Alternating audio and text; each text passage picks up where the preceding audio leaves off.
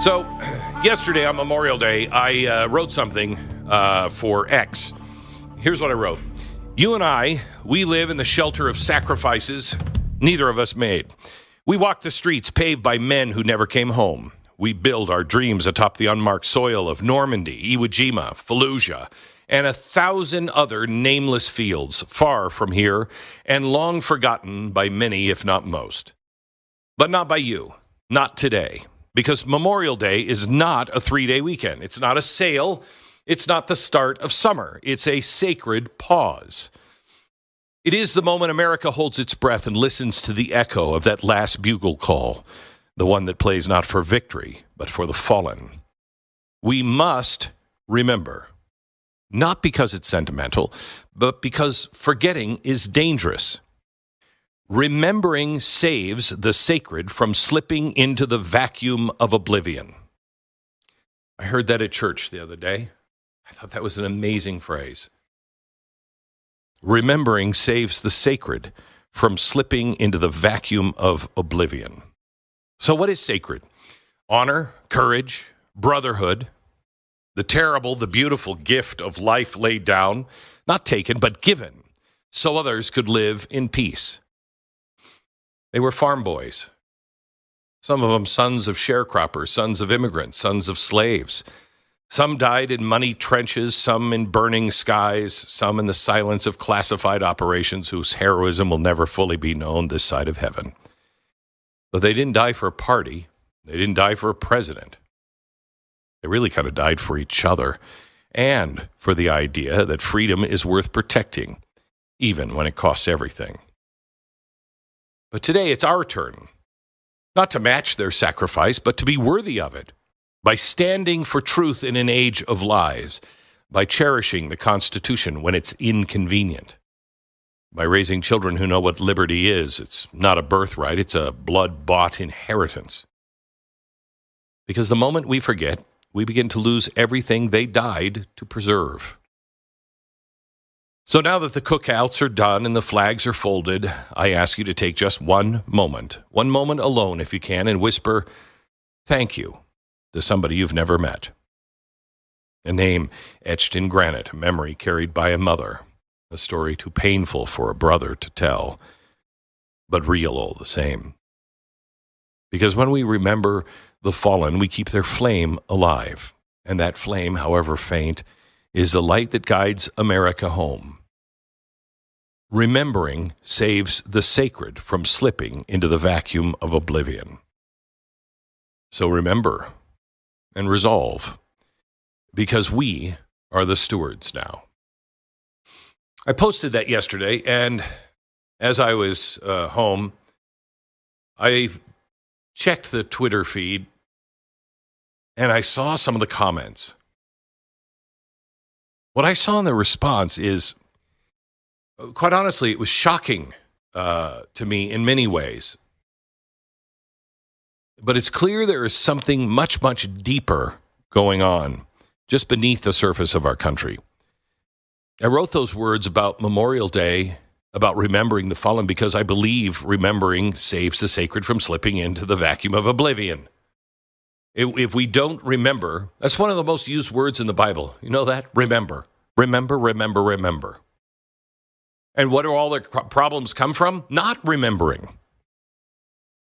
But after posting it, I started reading the comments. And I need to speak to the comments. You can read them yourself. Some of them are very ugly. And they come from all sides. So I want to speak to them, but not in defense, not with rebuttal, but something else. Because what I saw in the replies to my post yesterday was not disagreement. It was fear and pain, bitterness and anger, deep distrust. And whether you agree with me or not politically, whether you believe my motives are pure, you think I'm part of the problem, I need you to know, I, for one, see it, I hear it, and I don't dismiss it. Some people yesterday in response wrote about the lives lost in wars you believe were unjust. Others called out the hypocrisy witnessed in leadership, leaders who wrap themselves in the flag and then abandon the people. Some of them said that I was one of those people. Some just cried out, "Where is the honor where my brother died? When my community was forgotten, where's the honor in that?" To all of that, I say, you're right. You're right to feel that. You're right to question that. But I want to ask you something, and this is one of the hardest lessons I ever learned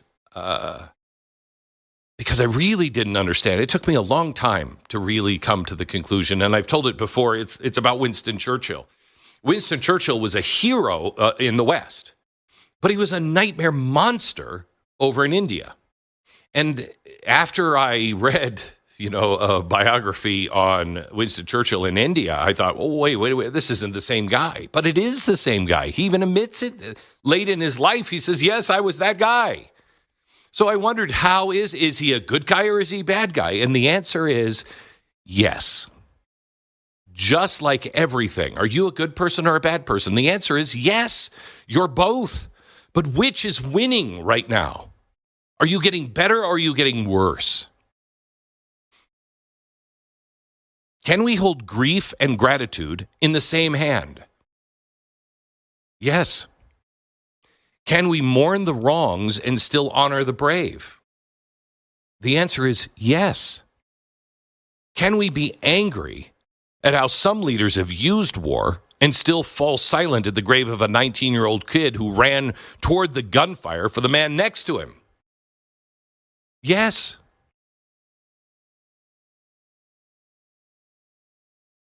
You see, I don't glorify war. I don't think I ever have.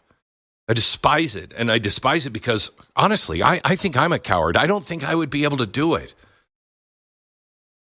I despise the politics that lead us there. I'm worried about the politics, and we're going to talk about it later today, that I think are leading us there again. The world wants war. I don't, you don't.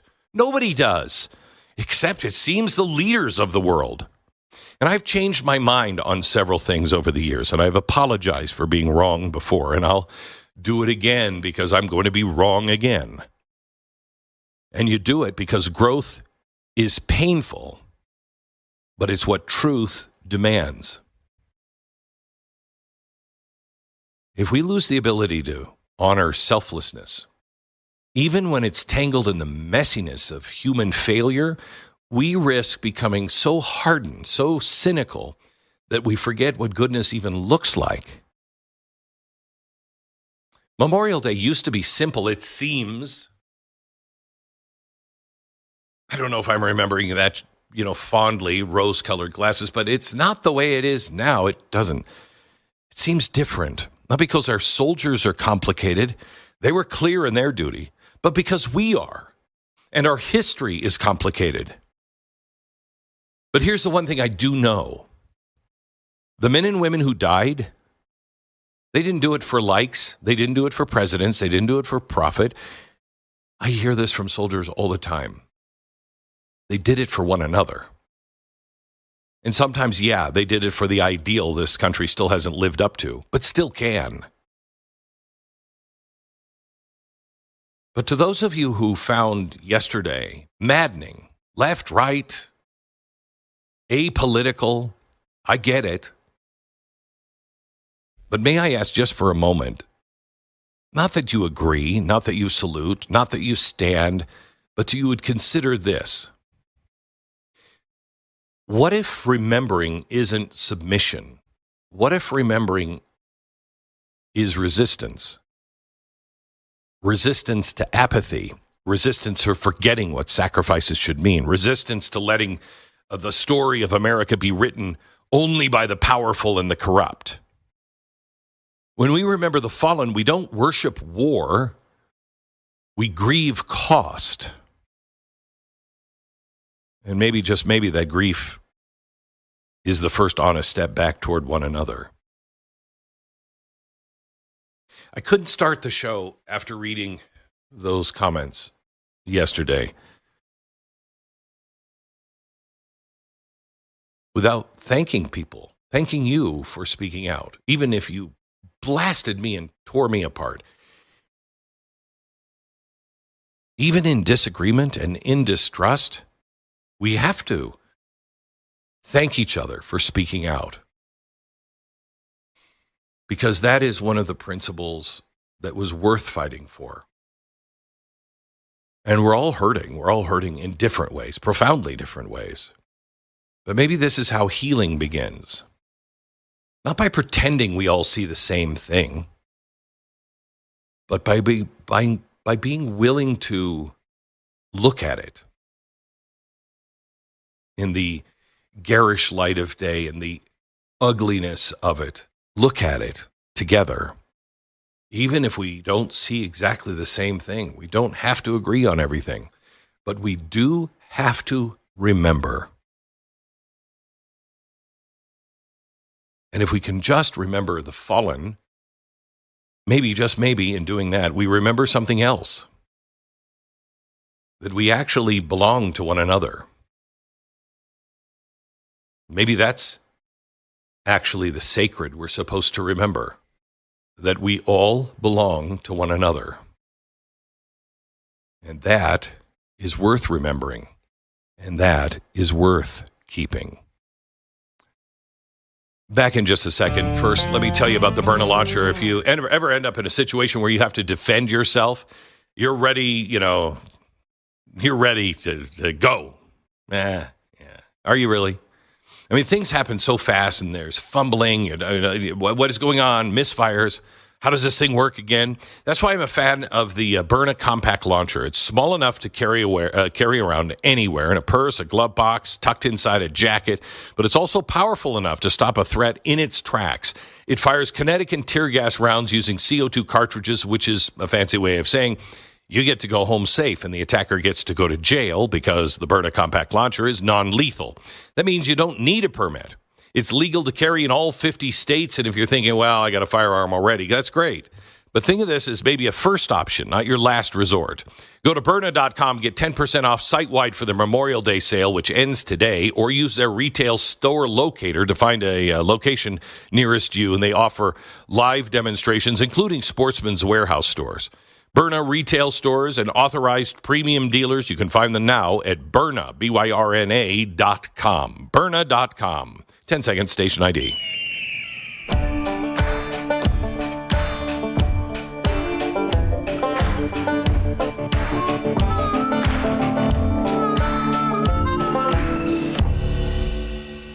So why is this important that we don't react to one another online the way so many people did?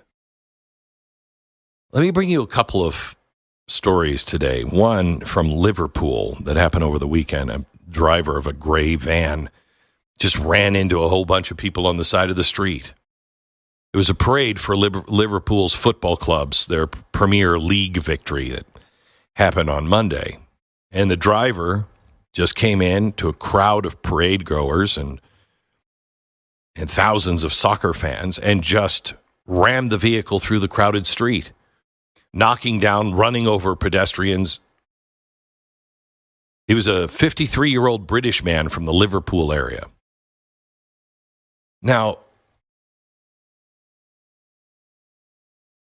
I don't know what this guy was. I don't know if this guy was crazy, angry. I don't know. I have no idea. But I don't want to talk to you about that. I don't want to talk to you about the guy who is actually running the people over. I want to talk to you about what happened after. There's a video where they arrest the driver. They pull him out and they arrest him. And they can't keep the crowds back. And that's because this white guy, with a bunch of other white guys arresting him, have a horde of white guys around them, and everybody's angry. This was the Bubba effect.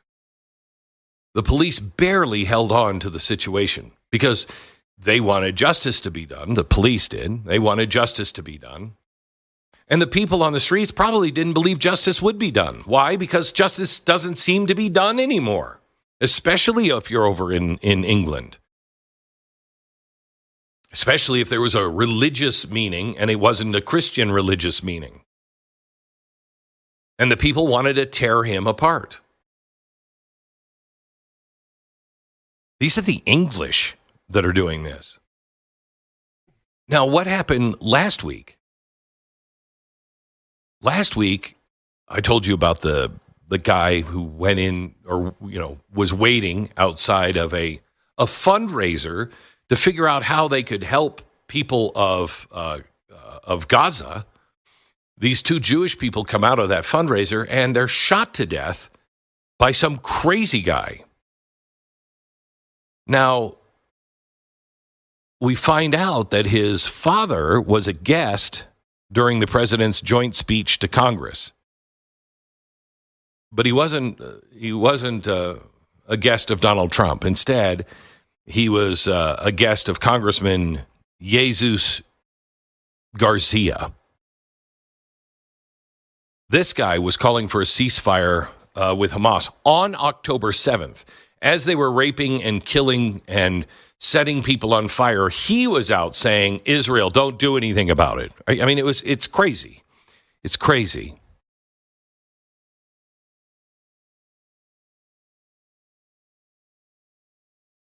Now, the shooter's dad is a disabled Army veteran. He's an employee at Edward Hines Jr. Veterans Administrative Hospital in Illinois.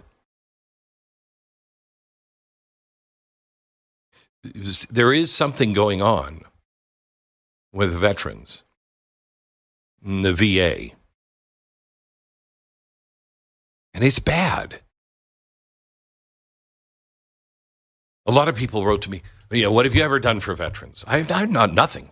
Nothing is the honest truth. Nothing. I mean, I can talk a good game. I can channel money.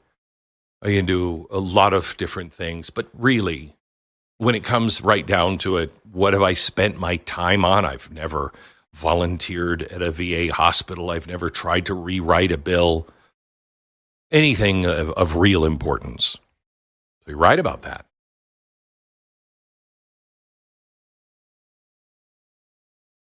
But does that make me your enemy?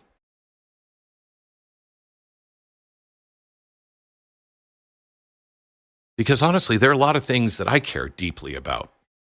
And I could say to you, what have you done? What have you done?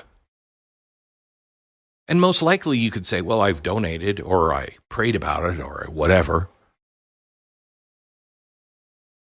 You're not my enemy, and I'm not yours.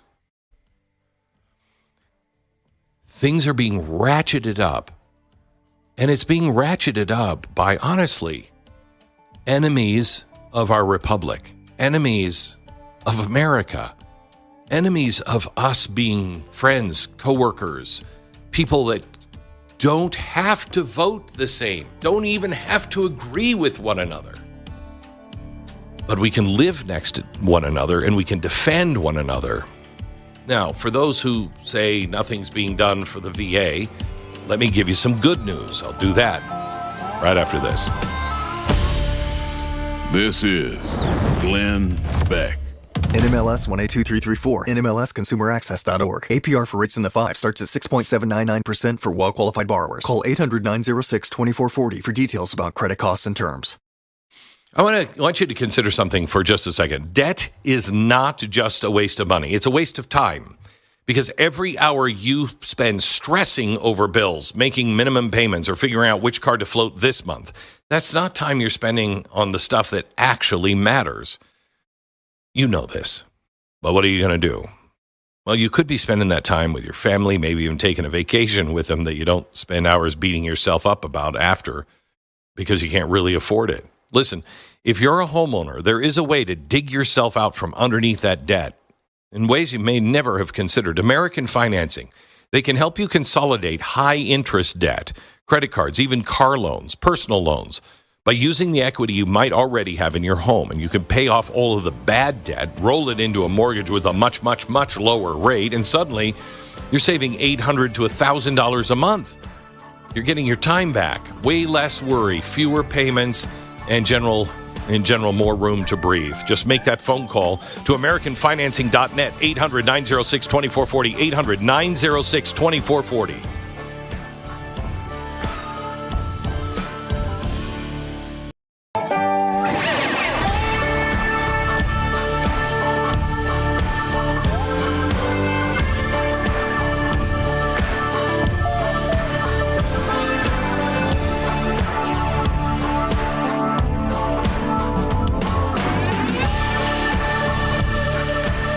So yesterday was Memorial Day, where we remembered the sacrifice of so many millions that have given their life for our lives, for our freedoms, for our children's freedom, for the life we live every day. And boy, when you say it that way, you kind of like, oh, geez, am I living worthy of that at all?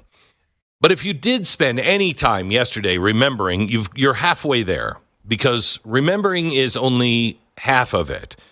It has to become action in our lives, because we've all heard the stories. We probably know somebody who at least knows a soldier that killed themselves. Many of us, unfortunately, know soldiers that have killed themselves. And if you are a soldier, you count them on more than one hand, sometimes more than two hands. And we've heard the stories. So many people in this audience have lived those stories. And the ones that come home, the veterans that wait months and months and months just to see a doctor, and the paperwork is lost, and the diagnosis is delayed, and the despair is rising. It's a national disgrace how we treat our soldiers. It really is. Imagine this. You served your country in Iraq or Afghanistan. You watch all your buddies fall. You carry that weight home. You finally walk through the doors of a VA hospital only to find another battlefield, this time one of bureaucracy. We know that's the reality. And I don't say it to bring us down, because there is hope at the end of the tunnel here. There's some good news, because some things are changing, and I believe everybody needs to hear this.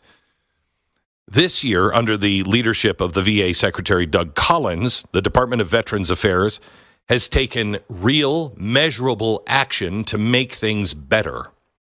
10 new VA medical facilities are opening across the country, from Texas to Montana, New York to Virginia.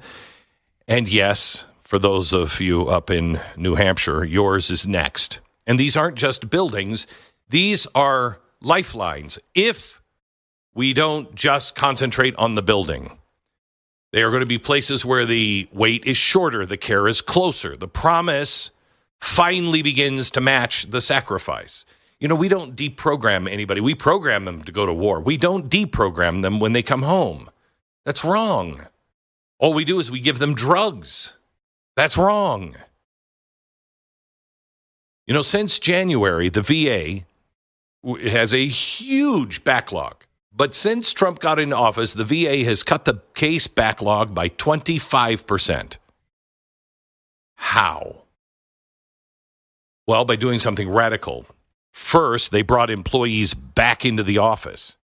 They fostered the culture of effort, of accountability. They empowered real human beings, not automated systems, to actually do the job that they were hired to. I mean, how can we have such great hospitals and then the VA that serves our veterans, our heroes, be so horrible? It's because we don't, in government, usually demand results, but now we do. And I want you to know, this is not about praising any politician or defending any department. This is about you. This is about those who suffer every day. It's about those who have lost a loved one because of the incompetence. It's about them, the men and women who bore the battle and now bear the scars. If you're a veteran and you happen to be listening right now,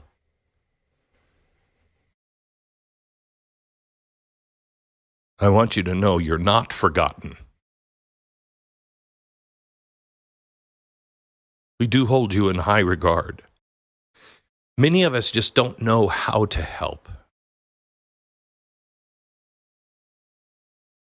We say thank you for your service because we don't know what else to do. And even then, we feel stupid saying it. You weren't forgotten yesterday, but you're not forgotten today. You're not forgotten any day. You may feel like the system has turned its back, but don't confuse the system with your fellow Americans. You have scars that most of us can't see, and because you're a veteran, you just don't talk about them. But hear me, we see you, we hear you, and we still believe in what you gave us. And to the rest of us, like me, who never wore the uniform, but am grateful and probably mainly undeserving to live under the banner of freedom it defends. Our responsibility is clear. If we truly honor the dead, we have to serve the living. We must demand better care for our veterans. We must insist that every promise to them that was made is kept. We have to refuse to let this progress stall. Opening new hospitals is only the beginning. What happens in those hospitals is what makes the difference. Our soldiers, they didn't want, some did, I guess, want to go into war, but I know a lot of soldiers that were not itching for the war. But they were in it. We shouldn't wait for them. We shouldn't make them wait for their care. So yesterday, flags and fireworks and hot dogs. But today should be the beginning of a better system, a beginning of a renewed promise, a beginning of real service to those who gave real service and have given everything. Yesterday, we remember the fallen. Today, we need to serve the living. Speaking of those who have passed on, Phil Robertson died over the weekend. Phil was, of course, a friend and a member of the Blaze team for years, and just loved him. Just absolutely loved him. I'm not a fan of reality TV, so I never really watched Duck Dynasty until I traveled the country. And I went across the country. I was driving across the country, and every single gas station I was in, every truck stop I was in to get gas, they had a whole section of Duck Dynasty stuff. And I'm like, who are these Duck Dynasty people? And then I watched, and I realized why it was so big. Not only was it real, and these guys were unbelievably real, I think Phil Robertson was the beginning of the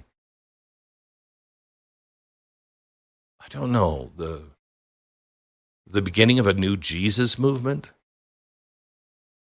He was the first guy that I heard that was brave enough to end every single show on national television with a prayer. And I think that was the deal. I think we won't do it unless you say that we can end with a prayer every time. Who does that? One of the bravest things I've ever seen is the movie that he made about himself. It did not make him look good at all. Just showed who he had allowed himself to be and who he had become through Christ. So our thoughts are with Phil. Do we happen to have that montage? Can we play the Phil? Here's a montage of some of the moments with Phil Robertson. There's a lot of people who are afraid. Is it possible the Lord is not their refuge and their fortress, and their trust is not in Him? They're trying to make it without God. During this coronavirus thing, I've seen more fear in the ungodly, way more than I have from the godly. I will be with him or her in trouble. I'll deliver him and honor him with long life. I will satisfy him. I'll show him my salvation. All that's required of you is love God and love your neighbor. And this country sorely needs it. I'm just watching how they're operating in the pandemic. They're scared to death. No faith in the resurrection. That's why they're afraid. We're back to Jesus and his death for us. Took away all of our mistakes, all of our sins. Buried in a tomb, raised from the dead. It's all we got. It's all we got. Faith, hope, and love. The greatest of those is love for God and your fellow man. Lord knows we need that. Look, we only live just a short period of time. So don't fear plagues, pandemics, pestilence, and all that. Practice hygiene, I do all that, common sense. You say, but as far as shutting down your work, your life, your freedom, your pursuit of happiness, don't set that aside ever. Hold on to those things. I've seen this one come. Now it's time to break out and let's move on. It killed some of us, but we're all going to die. It's just a question of when. Jesus came to deliver you from your sin and from your physical death. He's conquered death. He too shared in their humanity so that by his death he might destroy him who holds the power of death, that is the devil, and free those who all their lives were held in slavery by their fear of death.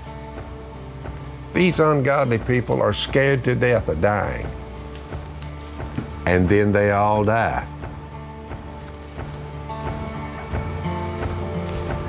We have a hope beyond the grave.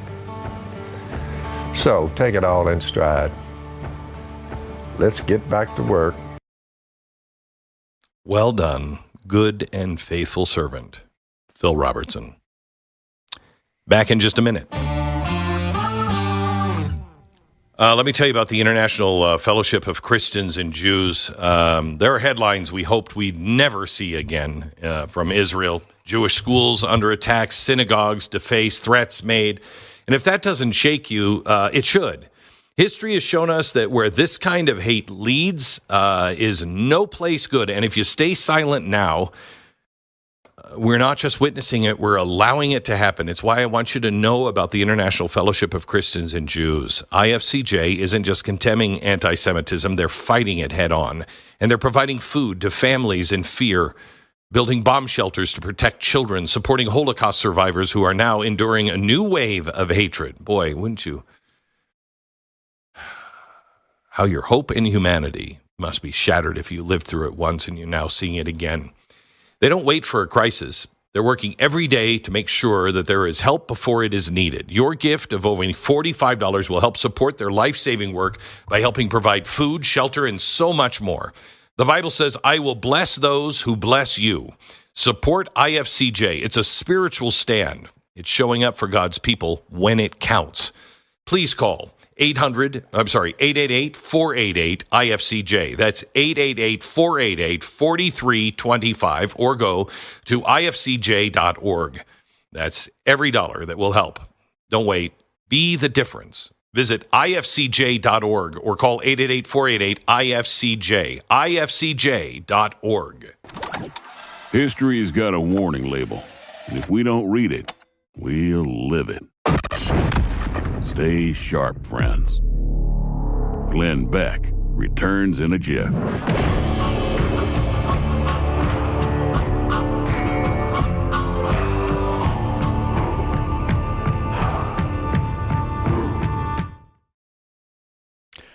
Dating has changed quite a bit. So glad I'm out of that world, honestly. It's got to be hard to do unless you know what you're doing, I suppose. The changes haven't necessarily been for the better because you can swipe and you can scroll and you can make small talk with strangers who probably don't seem to have much in common with you at all. And eventually you start to wonder, is this really the best way to find someone worth building a life with?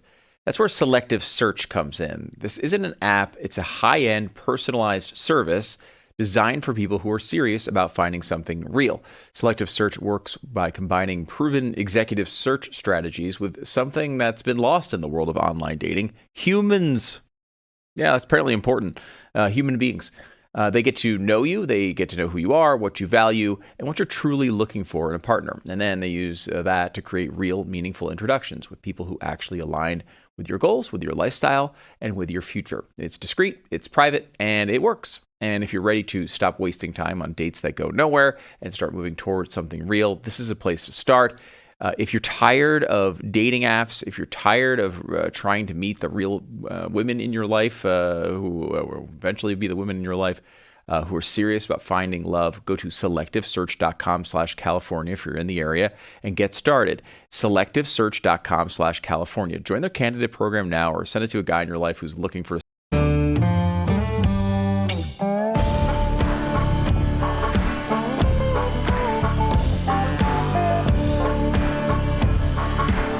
Hey, Stu, did you see the video of Macron being hit in the face by his wife?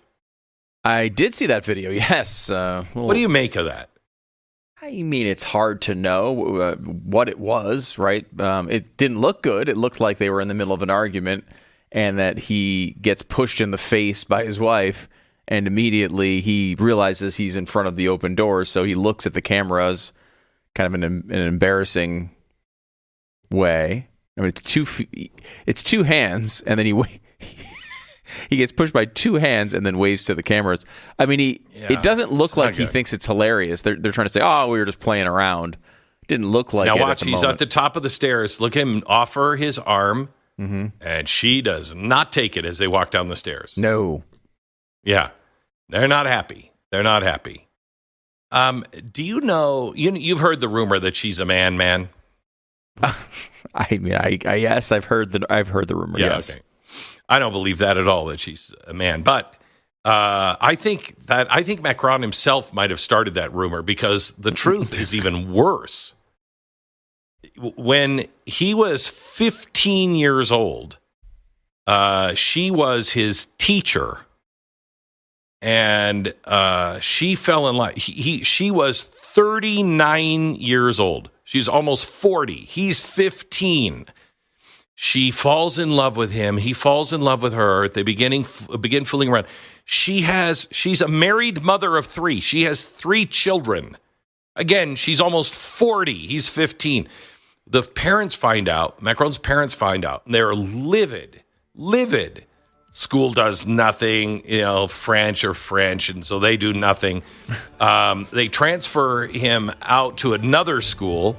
And he comes back when he's 17, and he's like, "I will find you and we will be married forever." And they get married. And when his parents say, "Leave our 15-year-old, or that time 16-year-old son alone," she says, "Well, I cannot promise anything because he is so hot." My gosh, I would start the rumor that he was a man too. I mean, she's a monster. This is Glenn Beck.